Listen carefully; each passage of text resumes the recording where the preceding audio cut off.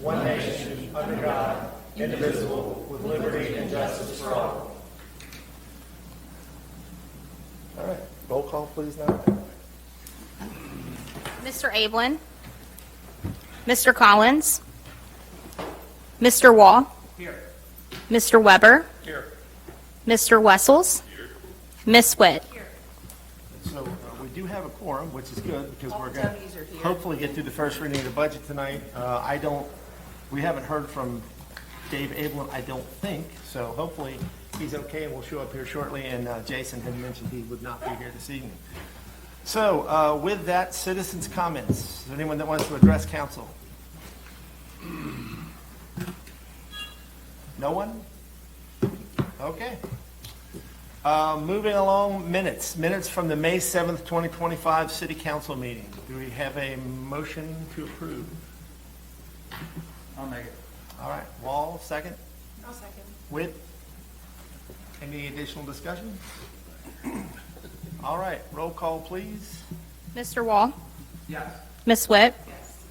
Mr. Wessels, Yes. Mr. Weber, Yes. Mr. Collins, Mr. Ablin. All right, motion carries. Up next, we have the minutes from the May 21st caucus meeting. Do we have a motion to approve? I'll make a motion to approve. Wessels, second. I'll second it. Weber, any additional discussion? All right, roll call, please, Naoka. Mr. Wessels, Yes. Mr. Weber, Yes. Mr. Wall, Stand. Miss Witt, Mr. Collins, Mr. Ablin. So if he abstains, that essentially counts as a yes, and that would work, right? Yes, that's Let me look correct. at the rules on this. Okay, so, all right, motion carries. Unfinished business, second reading of ordinance 0425 regarding the hotel registry requirements. Jill, you want to add anything to that? I'm happy to, if you'd like me to. Just, in summary, we have changed the requirements of the two hotels in town in terms of the registries that they must keep for everyone who has, who are staying at their facility. And there are other in restrictions imposed about room numbering, about living requirements of people in the building, short-term versus long-term stays, those types of things. I'm happy to go through it in more detail, Mayor, if you'd like me to, but Well, I mean, it's that hits the just highlights. really for folks watching from home that may not really be up to speed on this. And the biggest thing, of course, is that we're going to be tracking the vehicle registrations that come in. The police department will facilitate that also. All right, Brooke, if you want to read it, please. Yes, sir.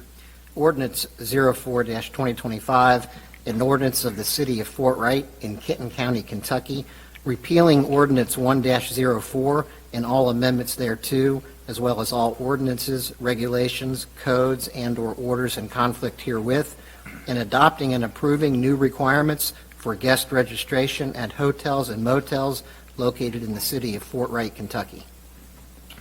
Okay, do we have a motion to approve the second reading of ordinance 0425? I'll make the motion. Weber, second. I'll second. Wessels, any additional discussion? All right, roll call, please, Naoka. Mr. Weber, Yes. Miss Witt, Yes.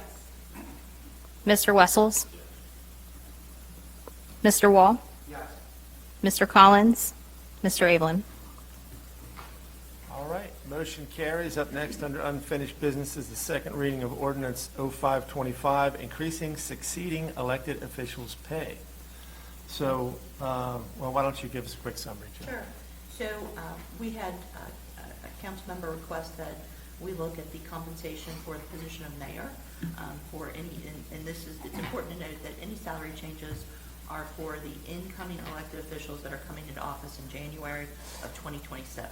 So this ordinance isn't applicable until those individuals begin serving. Because of the statute, you have to adopt salary increases so that they don't impact your position. That's what we've done. We've met all the timelines, so this will actually go into play in 2027. But they wanted to compare salaries of mayor and council members to what other communities are paying their elected officials. Ultimately, they determined that for the new incoming mayor, that salary would be $8,000 per calendar year, and the council member salaries would be $3,300 per calendar year. That is subject to a cost of living increase that is identified annually by the Department of Local Government at the Commonwealth of Kentucky, and they will identify what that percentage is. So it will grow slightly. Some years it's 1%, 2%, based upon the cost of living in January of that preceding year. So those are the numbers, and that's the information in summary. Go ahead and read it, Brooks. Ordinance 05-2025, an ordinance of the City of Fort Wright in Kenton County, Kentucky, repealing ordinance number 568-98 and all amendments thereto, as well as all ordinances, regulations, codes, and/or orders in conflict herewith, and pursuant to KRS Section 83A-070 and 83A-075, amending Title III, Section 31.02 of the City of Fort Wright Code of Ordinances, and adopting and approving the compensation of the succeeding mayor and members of City Council of the City of Fort Wright, Kentucky, effective as of the installation of the newly elected mayor and members of City Council in January 2027. Okay, we have a motion to approve ordinance. I'll make the motion to approve, but before I finish that, I wanted to let everybody know the reason we're doing this, and Mr. Collins brought it up, is that Dave spends ungodly amount of time, and no matter the amount of money that we pay him, it's not enough for what he's been doing. So it's just a token of our appreciation for what he does. So I want to let everybody know that your mayor is doing a lot that's not evident in these kind of meetings for the stuff for the city. So we appreciate what he does. So I'll make the motion. We have a motion by Weber, and thank you for the kind compliments, by the way. Do we have a second? I'll second. Second by Witt. Any additional discussion? All right, roll call, please, Naoka. Mr. Weber? Yes. Ms. Witt? Yes. Mr. Ablin? Mr. Collins? Mr. Wall? Yes. Mr. Wessels?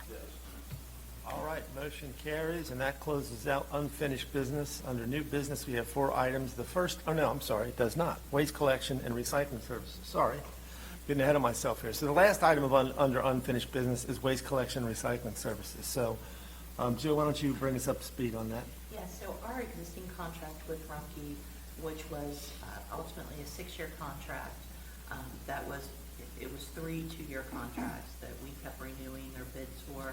The contract that expired, we were required to go out to bid for services this year. Ultimately, at our last meeting, we opened and reviewed bids from Rumpke for what I'm going to recommend to approve this evening.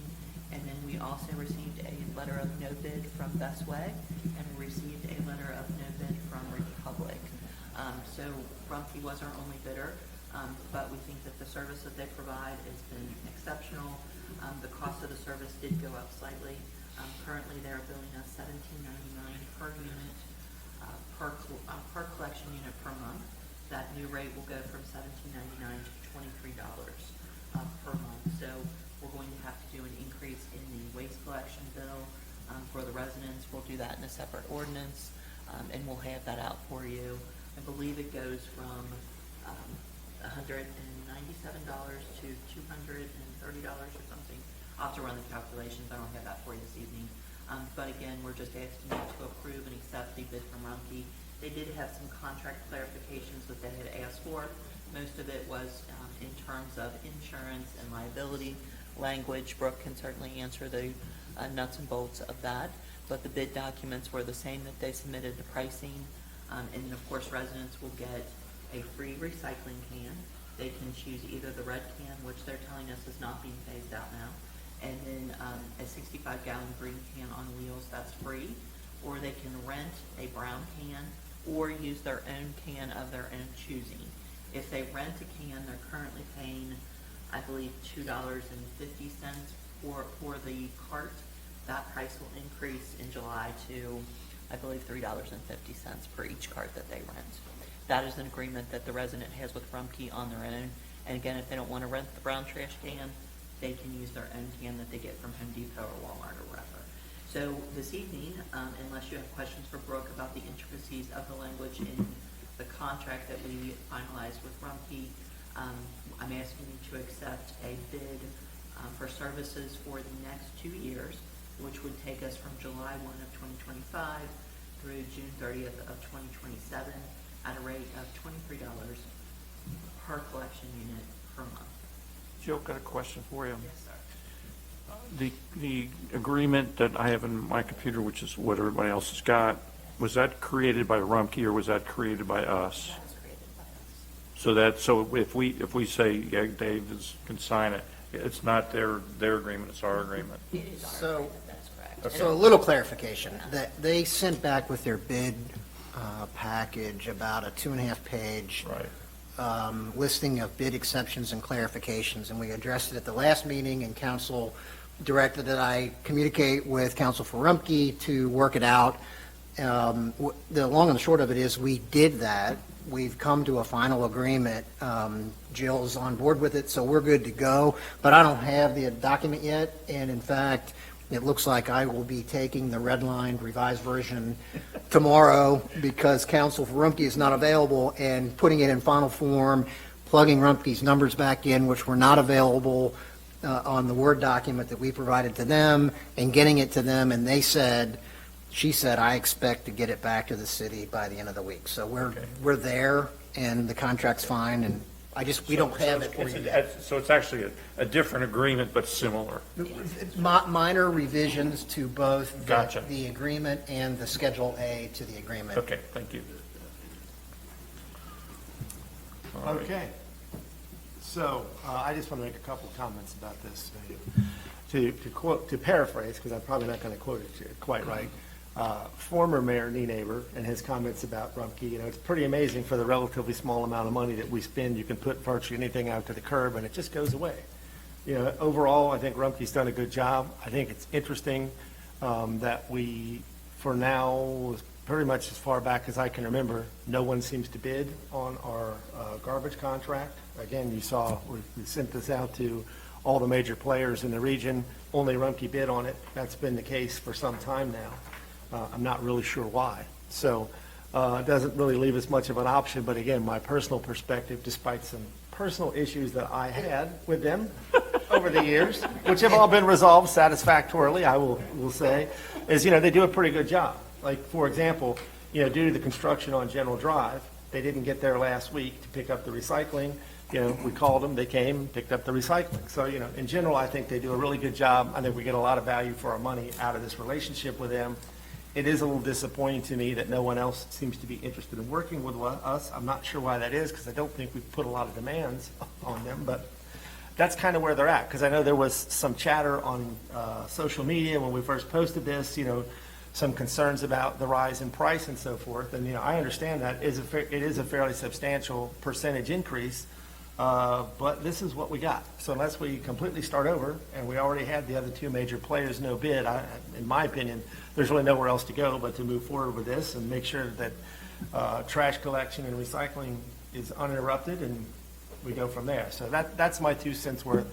I just want to clear that up for anyone that might be watching this from home and had some misconceptions about, did we send it out to bid and, all that sort of thing. And we're required to get bids for things over a certain amount of money. We did send it to multiple players, and unfortunately, well, I shouldn't say unfortunately again, I think Rumpke does a pretty good job. It would have been nice, though, to actually have someone else increase the competition there. But that's where we're at. And Mayor, I do want to point out that it's not a unique issue to Fort Wright. Yeah. So it's not something that's happening in our community with how we want service provided. I mean, this is true across northern Kentucky. Lots of other communities did not get any bids, their last bidding opportunity, other than for Rumpke. It seems like the last time we got a bid from somebody, the service level was not going to rise to the level of Rumpke. Like, I think they wanted recycled pickup and garbage pickup on 2 different days, and like that. Yeah, that sounds right, Scott. I mean, it's been a while, but yeah, there was something weird about it. And, I will just say, in the time that I've been mayor, I would say I maybe, other than my own issue with Rumpke, again, which has been resolved, I've maybe had 5 complaints. So, I think overall they do a pretty good job. I agree. So we're gonna approve Dave to sign the new agreement, which is similar to the one we got here. I think probably, and Brooke, you tell me if you think differently, but I think probably the best thing to do is just accept the bid from Rumpke for services for July 1 of '25 through June 30th of '27. Okay. Because So- we have the cost, we have the correct cost. Yes. So should it be though, we accept the bid and then assuming that, here's how I think we should pitch this. We accept their bid at the stated numbers and assuming the city attorney has no issues with whatever contract they come back with, you guys authorize me to sign the contract. That's what I would do. And if there are issues, if Brooke comes back and says, wait a minute, they've made a change that we can't accept here, then we would come back to council for that. But assuming he has no issues with the final contract, we move forward with this bid is what I would propose. Go ahead, Bernie, looks like you want to say something. I was gonna make that motion. That's good, because it is my daughter's birthday, and I'm not looking to be here any longer than I need to be. So we have a motion by Wessels, second. I'll second. Witt, any additional discussion? All right, roll call, please, Naoka. Mr. Wessels? Yes. Ms. Witt? Yes. Mr. Ablin? Mr. Collins? Mr. Wall? Abstain. Mr. Weber? Yes. One note has died on me yet again. I don't know why it Yeah, does it's this. dying on us Being over here janky. too. Being real. Yeah, like, it was working fine, and then, in the time it took to have that conversation, it just shut down. So hang on a second. I'll see if I can read off the screen. So that gets us out of unfinished business into new business. The next item is SD1 easement request for Edna Lane Stormwater Improvement Project. Why don't you elaborate, please, Jill? Yes. So as you know, SD1 is doing a major stormwater improvement on Edna Lane. As part of that, they're going to need 2 easements from us.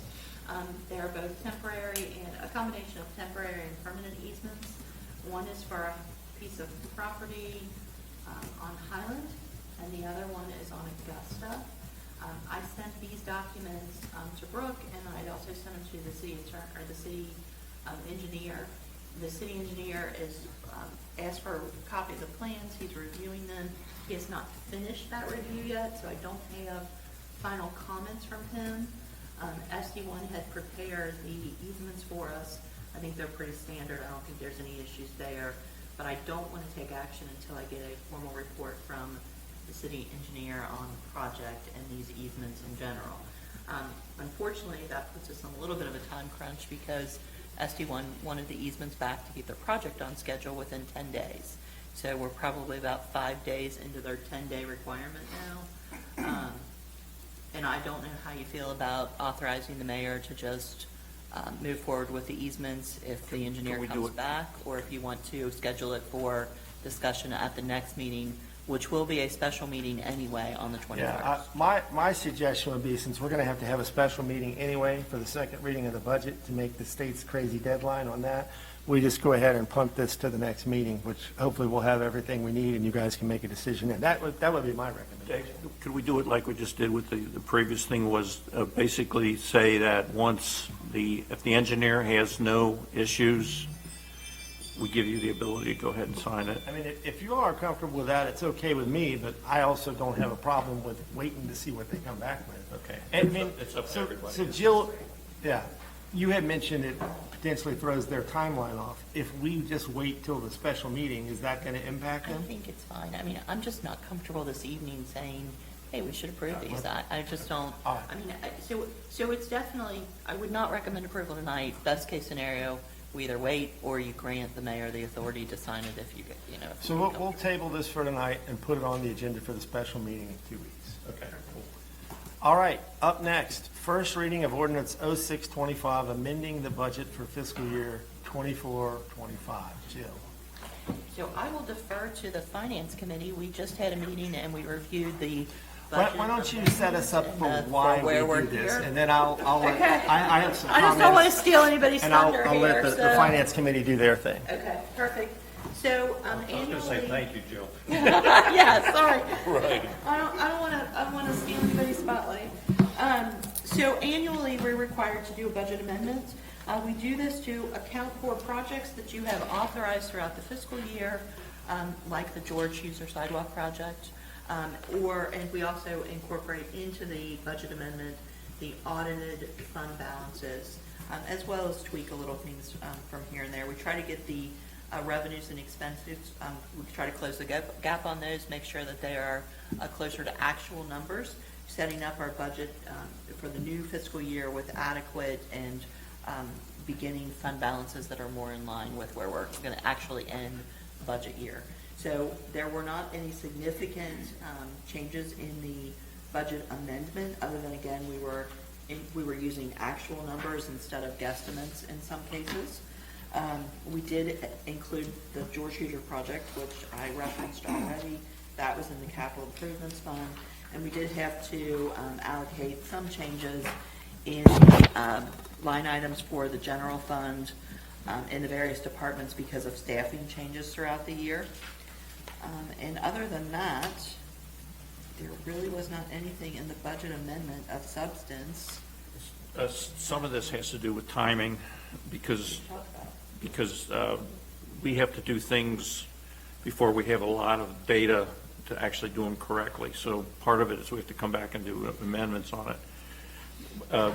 To Jill's benefit and to everybody that's involved with the city, they spend a lot of time on this and a lot of effort. You can't believe the amount of time and effort they do to put these things together and make them correct.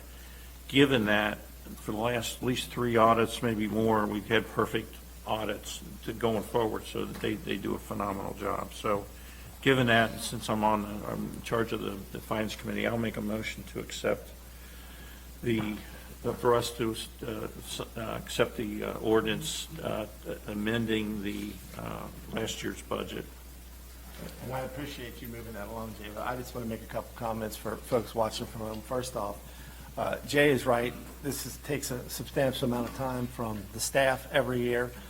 We put a lot of demands on them because anyone that knows me knows my basic principle is I want to let you keep as much of your money as possible. I want to keep your taxes as low as possible while still trying to provide the best services that we can. So it takes a lot of work every year.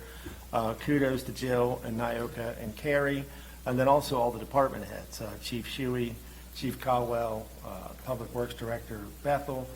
They put a lot of time into this. I think they do an amazing job. They understand our objectives here.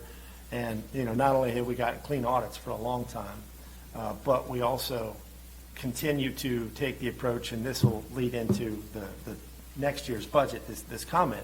We try to estimate our expenses liberally. We try to estimate our revenues conservatively. Every year that I can remember, including back before I was mayor, we've run a surplus, at least since Mayor Nienaber was here. So, I think the staff does an amazing job putting this together. I think they do an amazing job adhering to the budget. All this budget documentation is available on the website, as is the check register through our financial transparency portal. I like to remind people, this is not my money or our money, it's our money, right? We represent you as residents here. This is your money that we're trying to spend, I would argue, as wisely as possible. I think council does a great job with that. I especially want to thank Bernie and Jay from the Finance Committee perspective. They put an enormous amount of time into this every year. I know it's one of Jill's favorite things to see Bernie come in with all his notes and highlighters and his big stack of paper and start to go through every line like, well, wait a minute, this went up by 5 cents over last year. Can you account for that, nickel? But seriously, they put a lot of time and energy into this. We wouldn't be where we are without their guidance. I would say, of the various committees and input from council, it's probably one of the most demanding jobs, and I will argue the most important job. As I've said ever since I've been mayor here and even back in my council days, in my opinion, this is the single most important thing we do, because if we don't get this right and we run out of money, then, it doesn't fund all the services that make this a great place to live. So, to me, this is the single most important thing we do because it makes everything else possible. And to Jay's point, this gets a little wonky every year. I hate the fact that every year, I've been here over 20 years, every year we have to have a special council meeting because of the weird timing of how the state makes us do this with the fiscal year. Like, for example, we don't know things like, well, what is the health insurance increase going to be? We don't know things like, well, what is the tax rate going to be? We have to go into this with some assumptions, and back to Jay's point and to Jill's credit, we've done a really good job working with assumptions that just make sense. Again, we've run a surplus for many years. We've got clean audits year after year after year. So, the system is working. But again, I think that's in large part due to the fact that department heads understand and stick within the budget. And council in general and the finance committee specifically does an amazing job. So with all of that, also kind of the setup for this year's budget, I really appreciate all that you all do. And, you know, we wouldn't be in nearly as good a shape financially, because I think by any credible measure, we're in the best shape financially the city's ever been in. You know, it's due to the great work that's happening up here at this desk with all of you folks. So thank you very much. And with that, we have a motion from Jay. There's See Bert. this big binder? Yeah. You might see this big binder. This is Jill's work, okay? Along with all the department heads, How many Jonathan, Post-it Steve, notes are in Jeff. there? He's You got a lot know. of highlights. Okay, and yes, I do fill it up with yellow tabs. Yeah, I'm not kidding. This is all real. But Jill actually does research on me to make sure that I'm gonna do a few things too before the. But I want to say one thing. I want to thank Jill publicly, because this is a tremendous amount of work. The department heads, tremendous amount of work helping her get to where she needs to be. So thank you for making it easier for us to see where we need to see. Thank you. Thank you. If I could just add a couple comments to that, because I want to thank the department heads also. You all do a tremendous job of making sure that you stay in budget, and that is very beneficial and makes my job much easier. So thank you all very much for making sure you adhere to the numbers, even when you don't like the numbers. I want to point out that the budget is really a one-page document that we adopt in summary. And every page that Bernie has there is really just one of my notes behind the scenes to know in 6 months, where did I put that $2,000 out of a $6 million budget? So that's really what all of that is about. It's comprised of a lot of spreadsheets that feed into those numbers.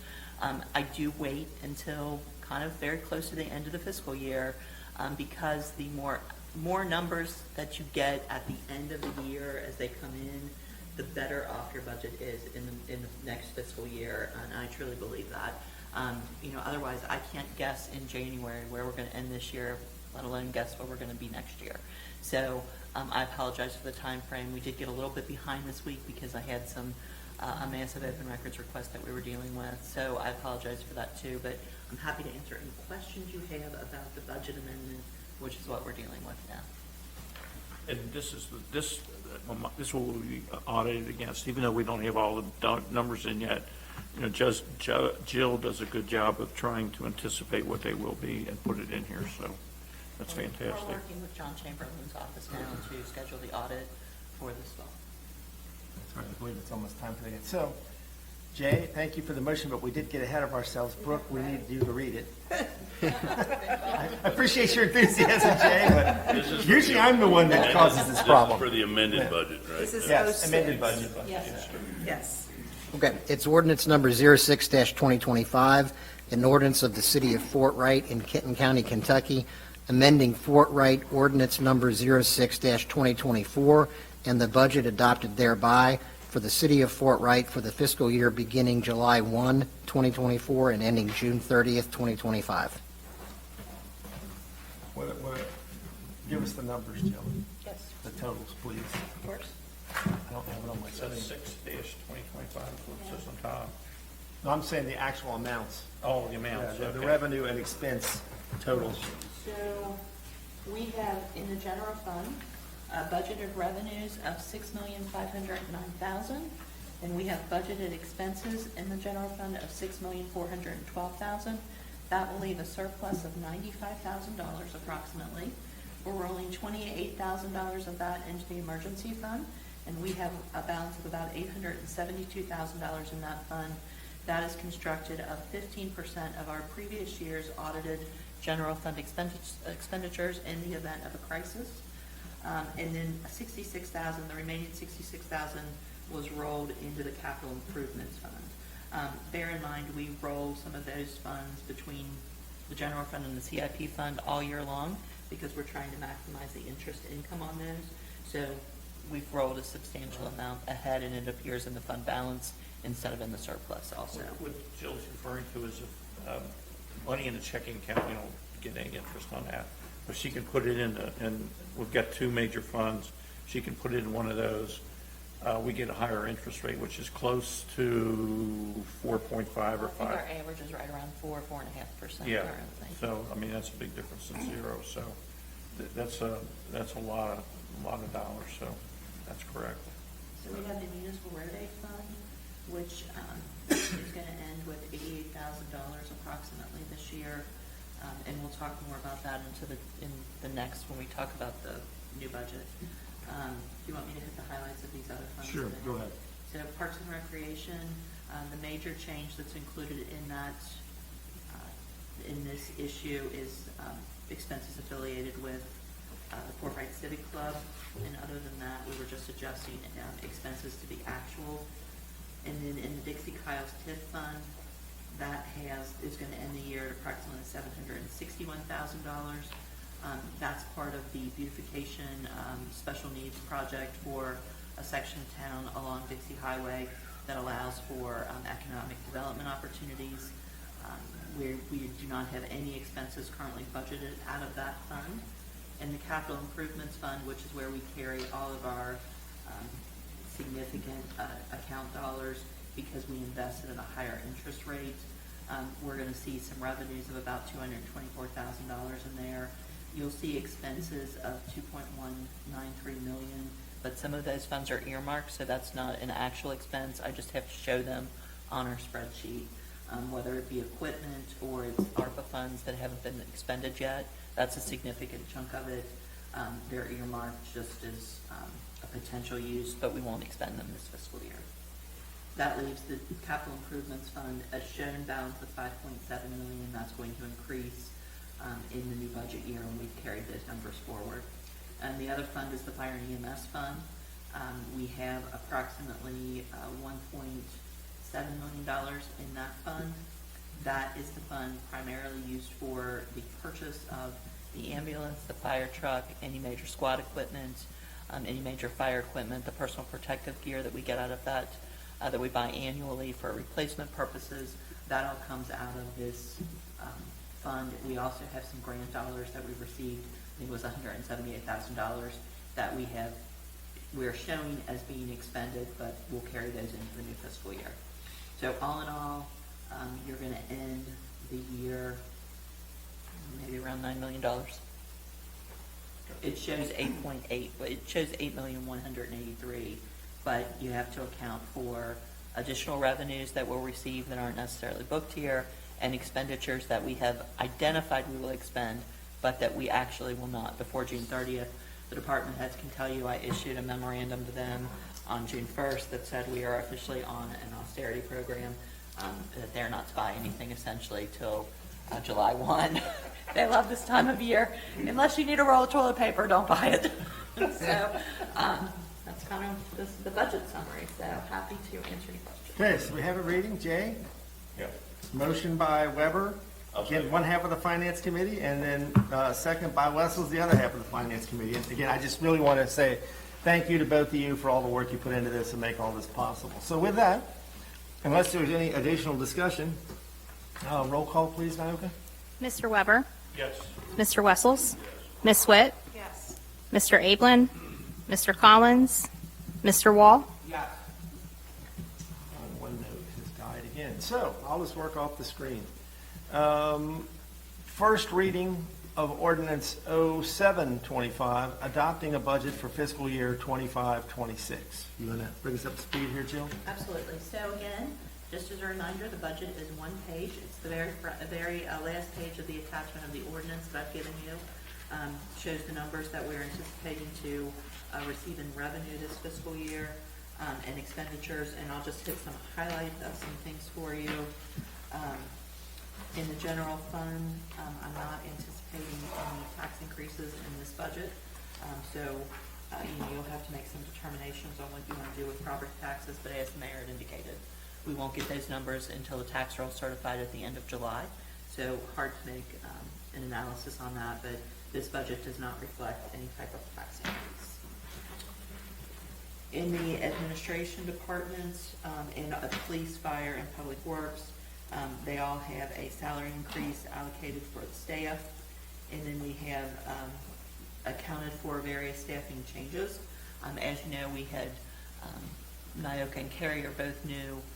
We added 2 new police officers in the police department mid-year. We do have a vacancy in the fire department we're working on filling, and then we're also covering an additional 8,600 hours in the fire department in hopes of having 5 individuals on staff every day. Depends on, of course, how that schedule falls with training and with vacations, with injuries and illnesses, but that is the objective, and this budget reflects that. So in the general fund, there really was nothing specific that has been requested in terms of this budget, and I'm anticipating revenues reaching 6.6 million, with expenditures coming in at 6.3 million. And it is important to note that we have seen a decrease this year in the pension expenses, which is going to be great. But we are going to see expenses increase in utilities for electric, telephone, those things, potentially. So we'll know more as we get into rate increases with Duke Energy, but we're going to see some increases in that. But generally, the department heads really didn't ask for much this year, which was appreciated. I think we've done a lot of providing the staff with some of their needs that we used ARPA funds for. So we did equipment in the Public Works Department, the vehicles. We've done body cam, shotguns, a number of things in the police department. And in the fire department, we've done some things with squad equipment and those types of projects. And we've done some facilities remodeling for locker rooms in both the police and the fire department also. Any questions about the general fund I can answer for you? No, just a couple things to add to that.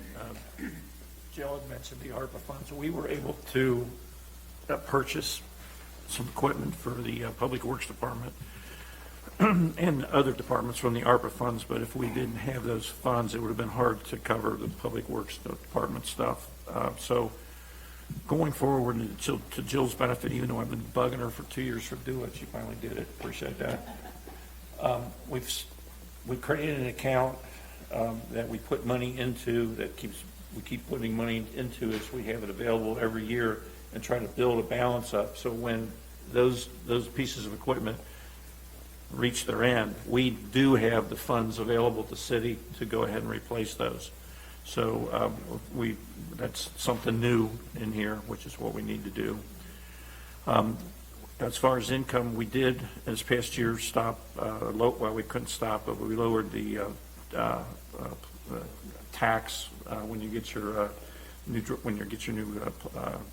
license for your truck or car, and that's a less of an income on that side coming to us going forward. But that's something that we realized that it's beating people up, and we don't want to beat people up for that. So we appreciate that. So any questions or anything?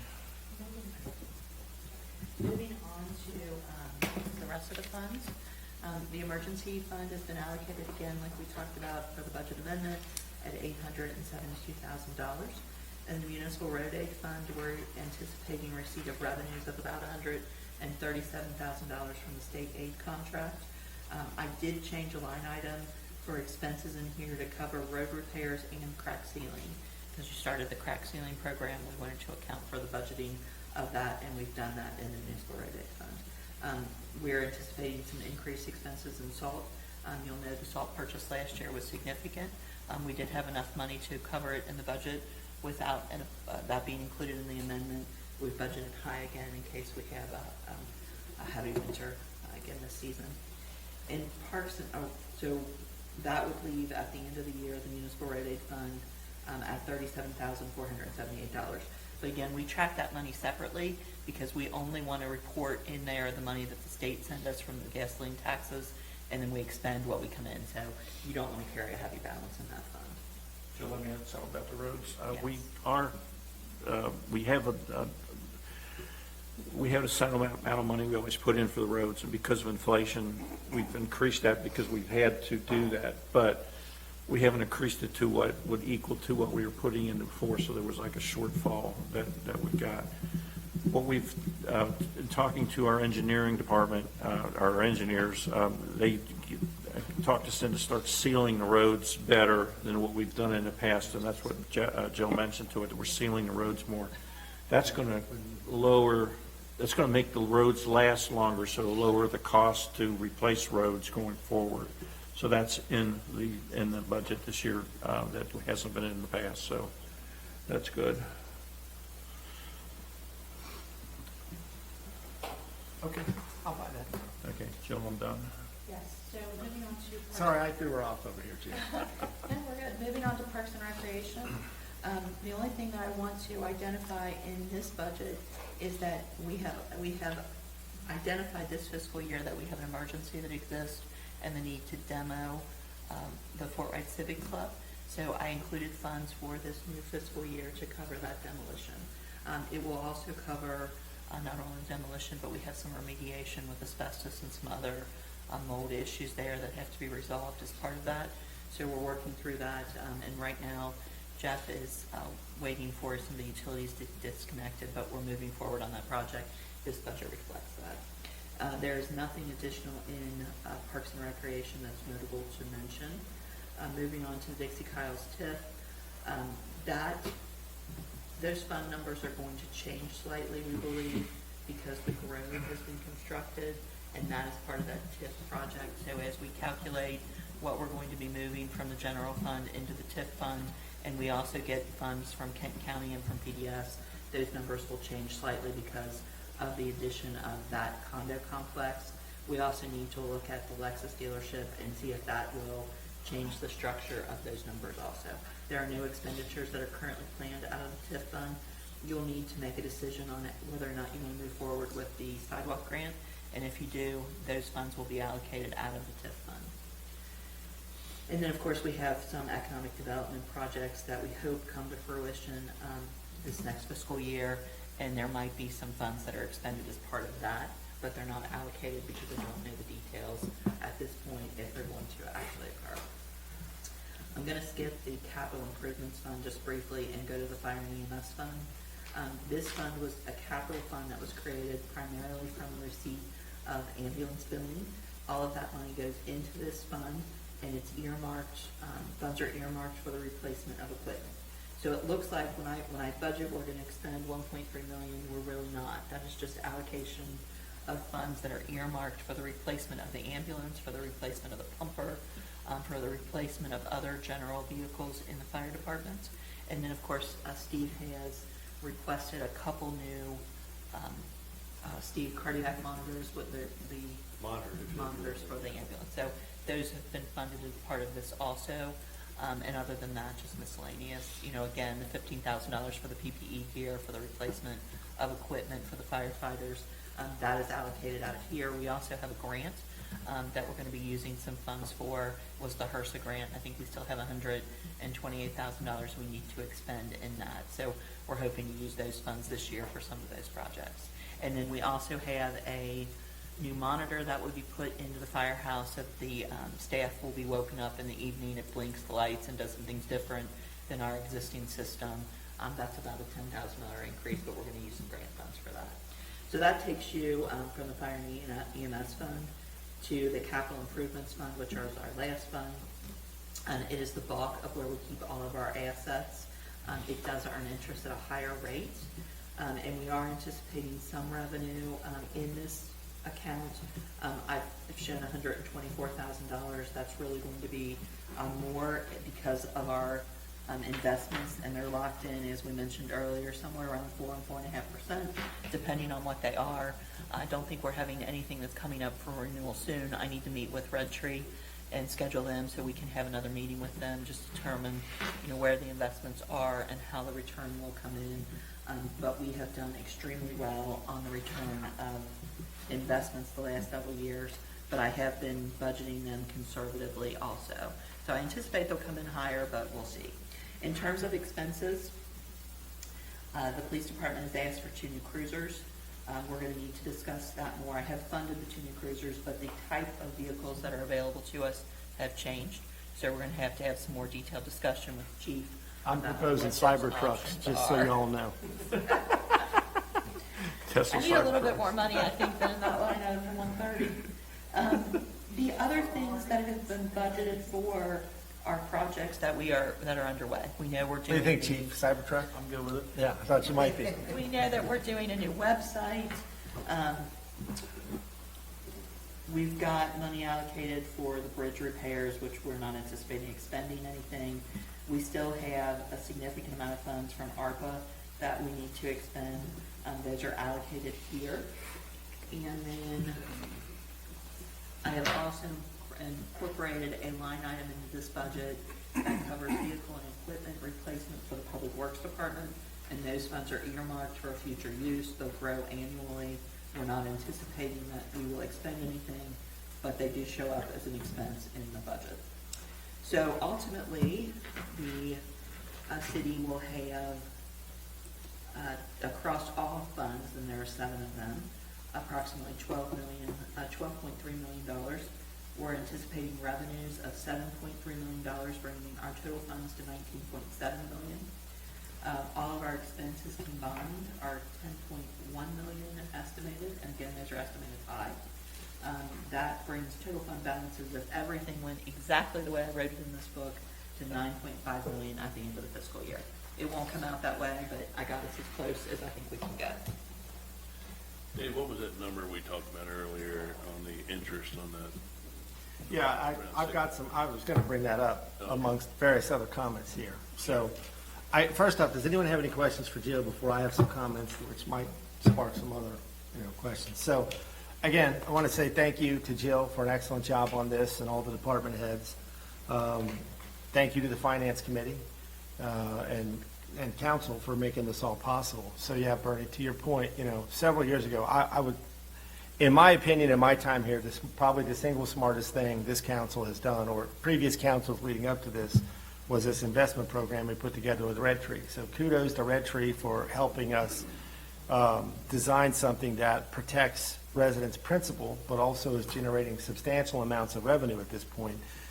Back when that conversation started, which has been, 3, 4 years, 5 years, something like that, our bank accounts were paying virtually zero interest. We had a substantial amount of money kind of just sitting there fallow doing nothing. And again, first off, state laws dictate how we can make investments. So, there's some automatic protections built in there, even if you have people who want to waste all your money, which we don't, I can assure you. But that said, working with Red Tree, we've crafted a program that works really well. Last year, that's about 300,000, Jill, if I recall correctly, that it produced. That's correct. Yeah, so to give people some kind of frame of reference for this, and we won't know these numbers until we get the certified rolls from the PVA, but in the past, based on the previous value of your property, if we raise taxes by 4%, which is the maximum amount allowed that's not subject to ballot referendum, this is something that gets me fired up too, because I think it's a total red herring when you hear city officials tell you they can't raise your taxes more than 4%. They can. It's just subject to referendum, right? You as a voter can recall that if we go over 4%. But if we raise your taxes by the full 4% based on like a year or two's previous PVA property values, that would generate somewhere between 80 to 90,000 incremental new dollars in our budget. So, you hear the budget, it's a lot. $80,000 is not a lot of money. So, and again, this is why I think this is a brilliant program, and kudos to the Finance Committee and Council and Red Tree and Jill and everybody that put this together. We're generating roughly 4 times that amount just from the investment income of this program. So, that's a huge help to the budget. Our costs continue to go up, whether it's personnel, inflation driving road costs, et cetera.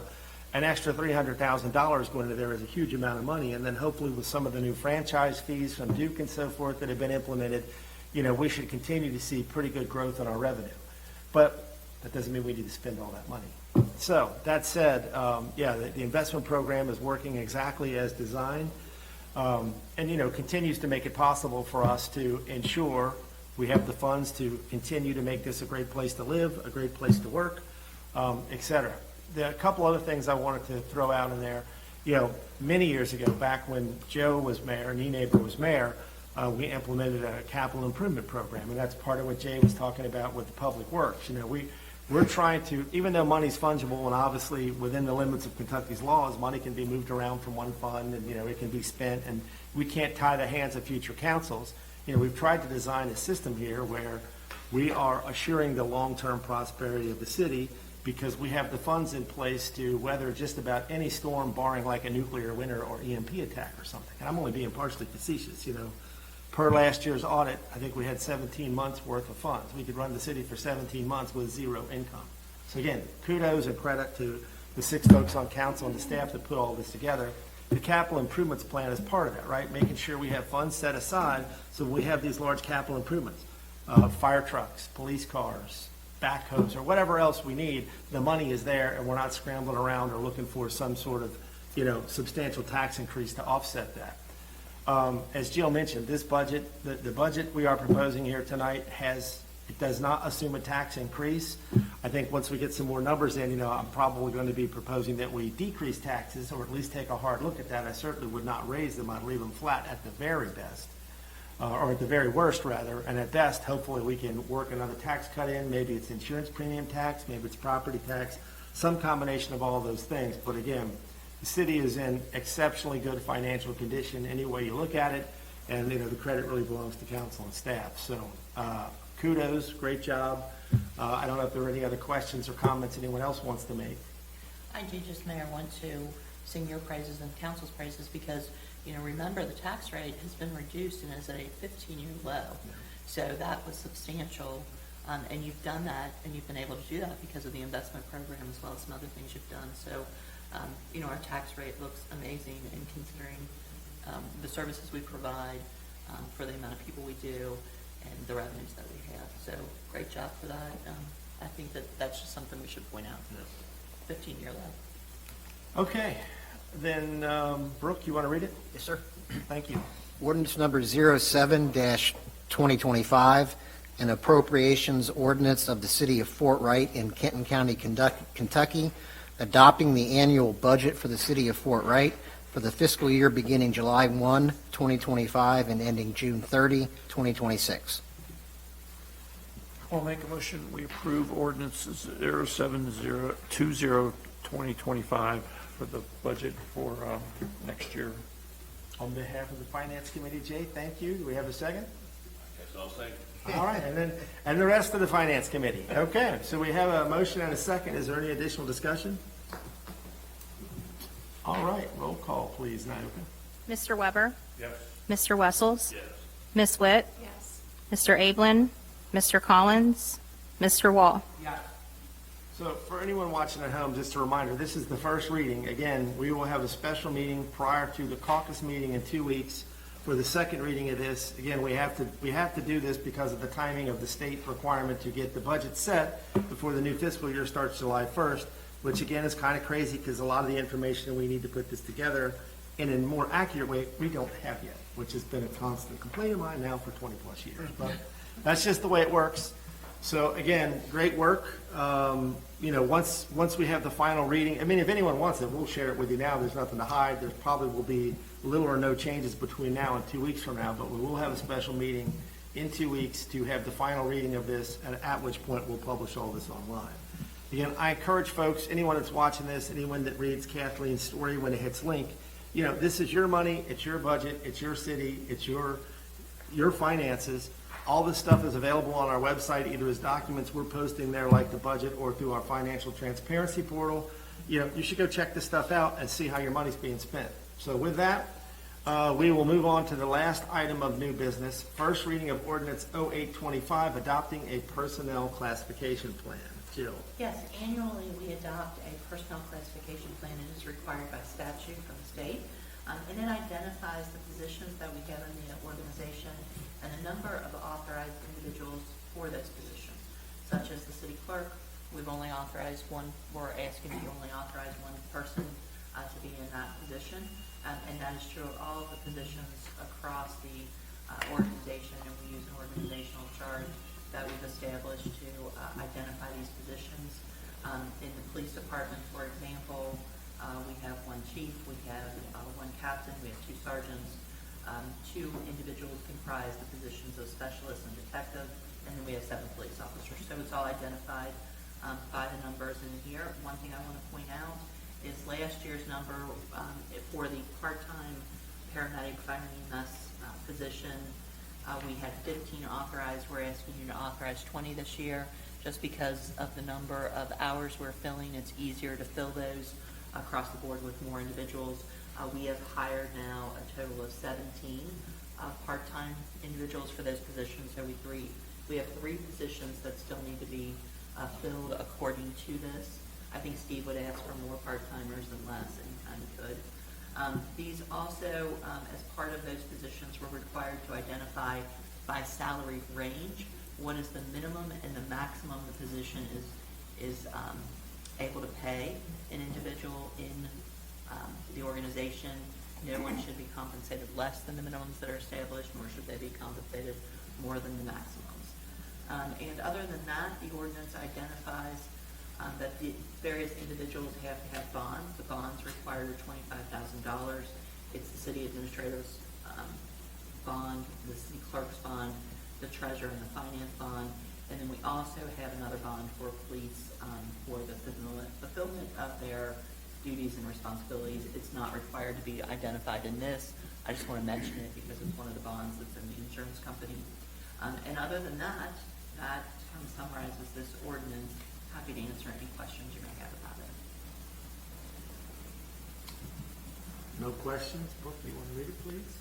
Ordinance number 08-2025, an ordinance of the City of Fort Wright in Kenton County, Kentucky, establishing non-elected offices of the city and a plan of personnel classification and organization. Okay, do we have a motion to approve ordinance 0825? Okay, since it's tied up in the Finance Committee, I'll make that motion to adopt ordinance 08-2025. Motion by Weber, do we have a second? I'll second. Oh, thank you. If Bernie wanted to as well. Thank you, Margie. Yeah, Bernie's getting all the seconds tonight, you know? Break us up. All right, we have a motion and a second. Any additional discussion? All right, roll call, please, Nyoka. Mr. Weber? Yes. Ms. Witt? Yes. Mr. Ablin? Mr. Collins? Mr. Wall? Yes. Mr. Wessels? Yes. All right, that gets us through new business, committee reports. Finance Committee, you got anything else? I'm sure you guys are tired of me talking, so I'll shut up. Anyone else? Margie, you got anything from community improvement? Okay. If I could just You may. talk about the Board of Ethics for a few Yes, minutes. please do. So the Board of Ethics met on Tuesday evening. This is a new committee that's been established because of the ordinance that you passed certifying us the City of Ethics, which we have previously done with the Kentucky League of Cities. But there are certain requirements in that ordinance that have to be fulfilled. One is that it establishes a Board of Ethics. You've appointed those individuals. They met at their required meeting in January. We met again last evening. As part of their ongoing obligations, they had to review the financial statements and disclosures that were submitted by all the staff, by the elected officials, by the individuals who serve in board capacities. They met and approved all of those as submitted. Everyone had complied with all of the requirements. And then we talked about various housekeeping items. One of the things that's necessary in the event somebody wanted to file a complaint is the creation of a form. We've done that, and they've approved that. We also talked about the fact that they need to prepare and file with you an annual report about their ongoing activities. That report is due October 31st, so we're meeting October 15th, I believe. I'll verify that date. But we're going to meet to review the annual report and then submit that to you prior to the deadline, and then they'll have their annual meeting again in January. So the board has been active. They've been fulfilling their obligations. One final thing is the city attorney cannot represent the board because of any conflicts that they might have. So the board voted to hire Greg Voss as the attorney to represent them. They've given him a very small amount as a retainer, just $500. He'll come to a couple meetings, and then he'll bill us hourly for any additional work that he needs to do. We're not anticipating there will be any substantial work, but as part of this process, you had to fund in the general fund a line item to support any expenditures for the Board of Ethics. And I'm sorry, I should have mentioned that. That was included in the general fund allocation. It was $5,000. It's allocated in the admin side in the event they need to expend any funds. So happy to answer any questions. about their ongoing activities. I just want to make sure that you are fully aware of their meetings and decisions thus far. Any questions for Jill? If not, I have a couple comments I'm going to make about this. Okay, first off, thanks for that report, Jill. And I want to say thank you to the Board of Ethics members. You know, we don't have a lot of boards here, and frankly, it's hard to get people to serve on these things.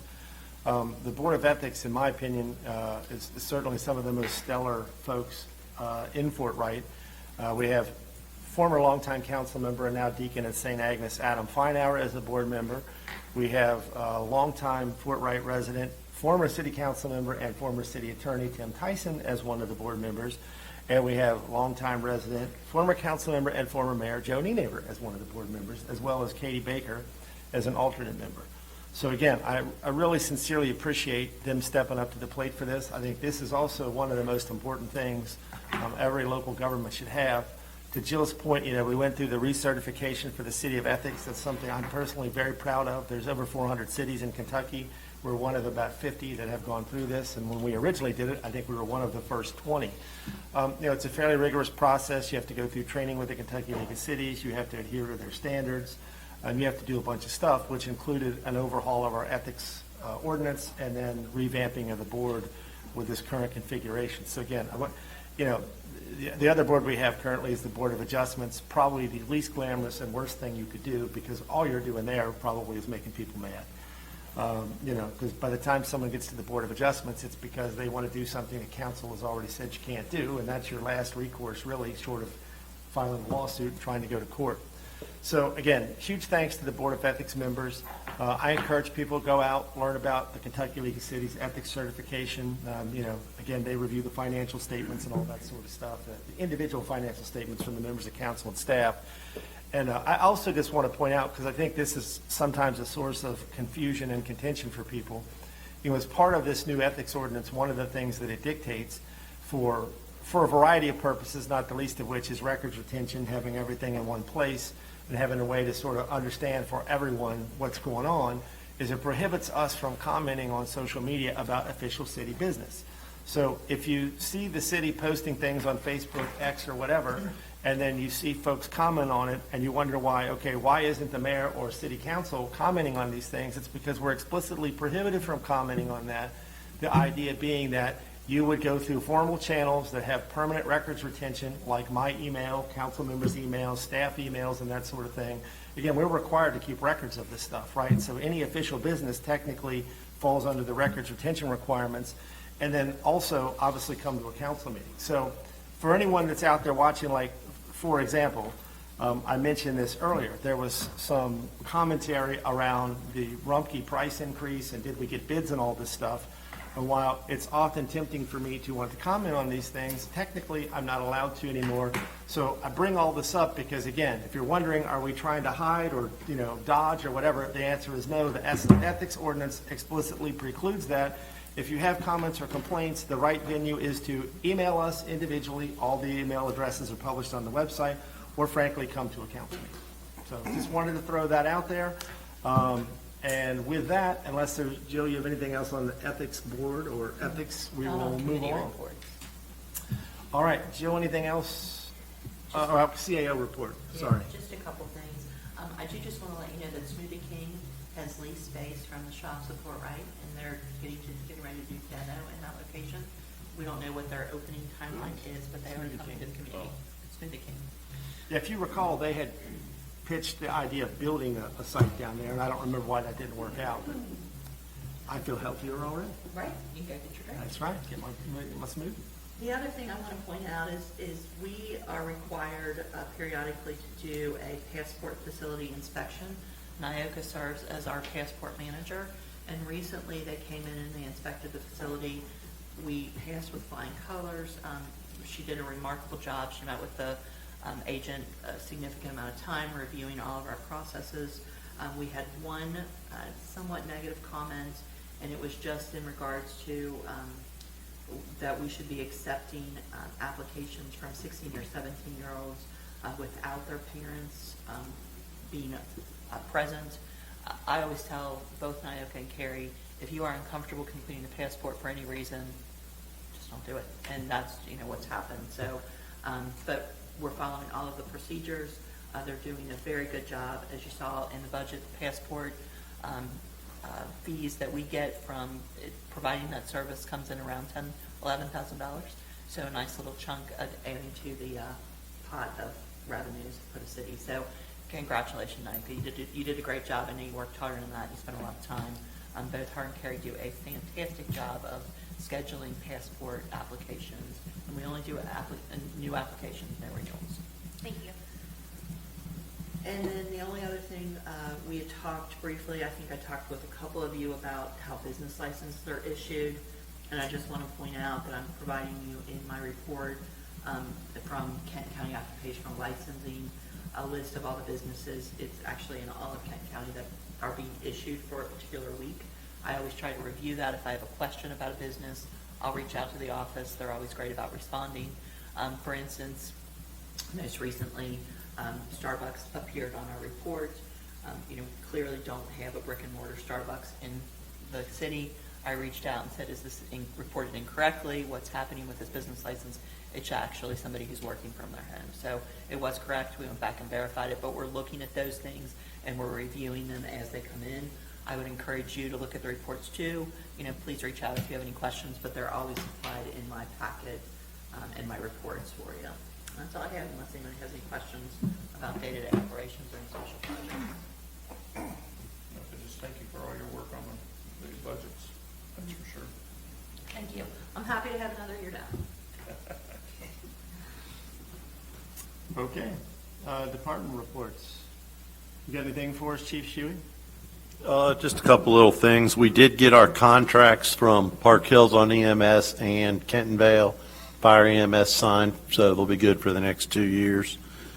Our backup ambulance had some suspension and a little bit of steering issues we had to get corrected. We've had those repairs made and it's back in service now. Overall, we did have a pretty good year with our equipment. I know a couple years we got beat up on maintenance over the year, but this worked out so far to be a good year. And we did receive we actually put it in the budget and we were able to pull it, one of the to replace one of the thermal imaging cameras. When we started on it, we put it in, and then I was made aware we got a grant for it in that interim of time. So last week we were able to pull that out before Jill finalized it. So we already actually got the money for it and everything. So we're good on that. And that's about all I have. Great job. Any questions for Chief Shuey?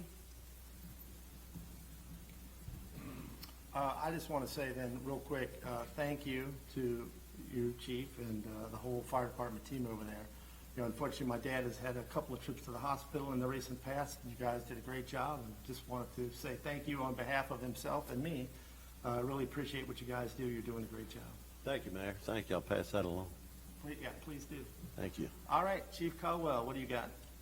We had a pretty busy month, but I think the big thing was the traffic pattern change out in front of the city building.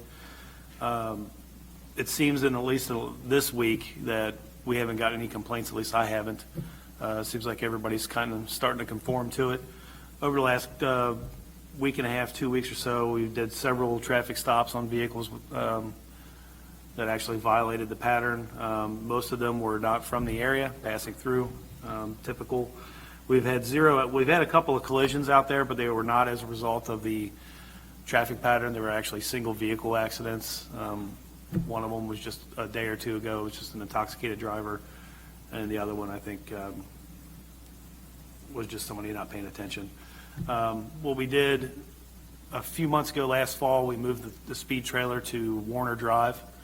So we have data from that prior to the new traffic pattern, and I was curious to see if there's any backups that were going to be cause of this, and if we were going to continue to see more pass-throughs on Warner and Lorp. So we put that back over on Warner.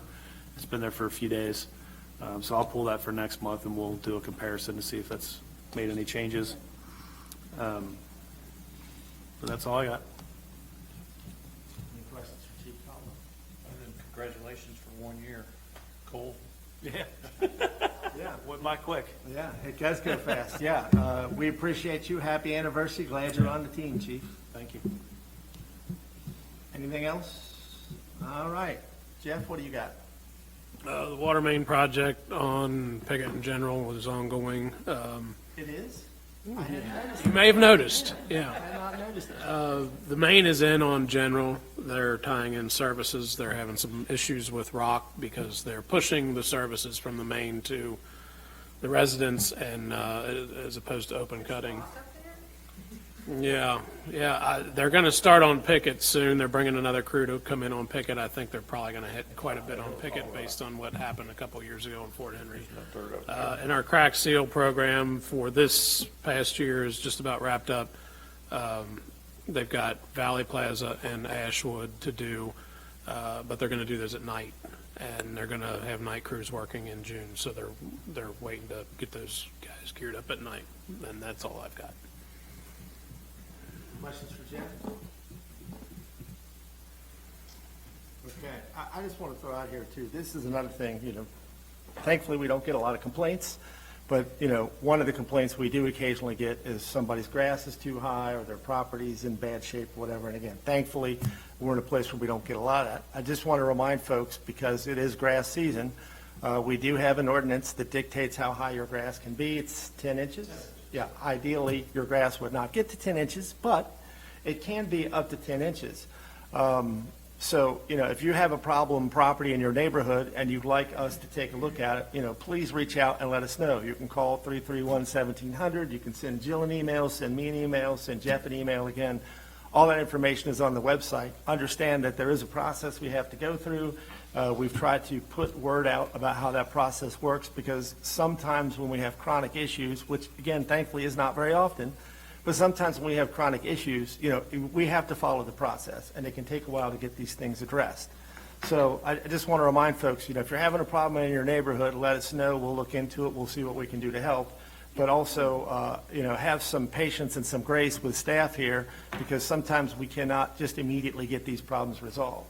In some instances, we'll have to end up going and mowing the grass and then putting a lien on the property owner's property and that sort of thing. Ideally, it doesn't come to that, but occasionally it does. So just want to throw that out there for folks. If there's nothing else for Jeff, I'll keep going. Nyoka, you got anything for us? No, not really. Just the normal delinquent taxes and right now when Carrie's out, I've been picking up some of her duties, so I'm just kind of around everywhere. I was running her in different directions with budget stuff too. Yes. Harry's enjoying Alaska this evening.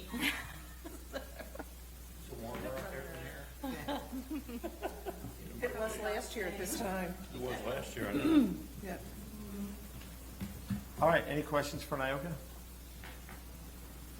Appreciate you picking up the slack while Carrie is out enjoying her cruise. And if there's nothing else, Brooke, you got anything for us? No, sir. All right. Well, that's getting us down here to the end of the agenda. Let's see. Good news is OneNote is still cooperating. So let's see. We have no special announcements. We don't need an executive session. I do want to make two last comments, which is just a reminder for folks. We put together a city promotional video. It's been viewed about 900 times now. So, if you want to help us get the word out about what a great place Fort Wright is to live, own a business, etc., you can go to our website. You can find it on YouTube. You can find it in the social media. Take a look at it. Would appreciate any feedback on how we might improve it in future versions. And I would appreciate it if you'd help us share that to get the word out. And then last but not least, I want to say happy 25th birthday to my daughter, Emma. Proud of you, love you. Look forward to seeing you here in a little bit. So I'm going to stop talking so we can get out of here. With that note, do we have a motion to adjourn?